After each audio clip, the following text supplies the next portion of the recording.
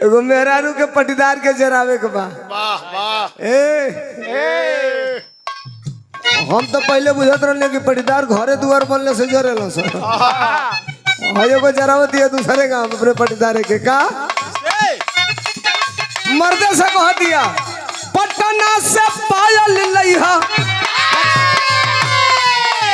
अरे पटना से पायल लइहा, पटना से पायल लइहा, बलिया से बाली पटीदार के जरावे के बा।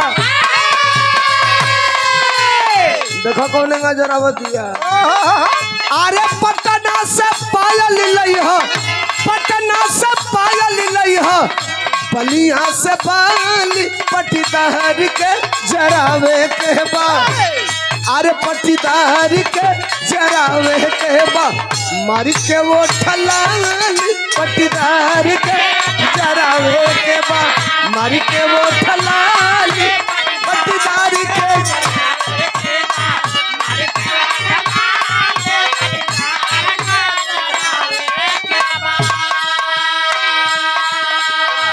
बिरहा के ओर चल रही, बात की ओर चल रही। एगो मेहरारू के बड़ा दौरत बा। दाल बनमनी भात बनमनी परवर का तरकारी।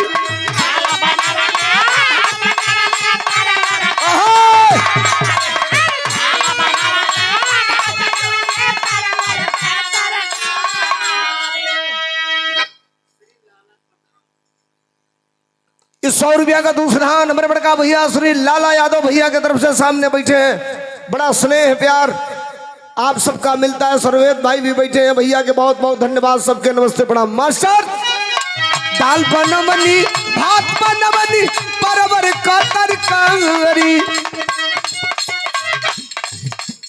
दाल बनमनी भात बनमनी परवर का तरकारी।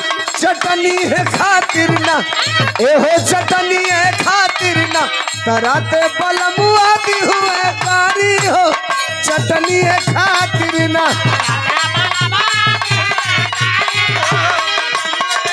जिया चले बढ़िया।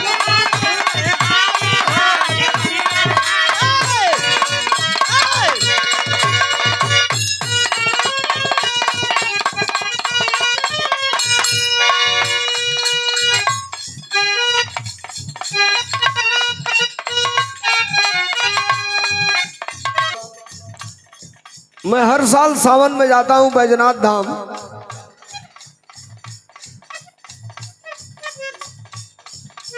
माई हमारे एक बार कह दिल रहे, मनौती को दिल रहे, तब से हर साल एक बॉस अपने ग्राम सभा के लोग के लेके जानी है। घर में से फॉलोवर 3 गो हलवाई 10-12 दिन का राशन पताई एकदम पैक वही में दोनों टाइम बनावल खियावल लोगन का पत्तल फेंकल सेवा कईल। ये हर साल का काम बा। तबे बाबा धाम 2 दिन गईले भइल ले तो ले अनिल का धक्का धक फोन आवे लगल। वही में अध्यक्ष जी बिरहा गावे के हम कहली गा दे भाई। पहले एगो दूसरे लेडीज के बात कही, हम कहली कि गड़बड़ा जा रहा है तो कहला तब बड़ा खुश रहा। कहला के कहल चाहते चल खुश वाला तो खुश ही कहला ठीक बा। तो आप लोगों के बीच में कार्यक्रम भी भइल, आप बैठल बनी इत्मीनान बनाई। वहां से लोकगीत सुननी सबे निर्गुण माई बाप के चरनिया में एजा चारों धाम बा।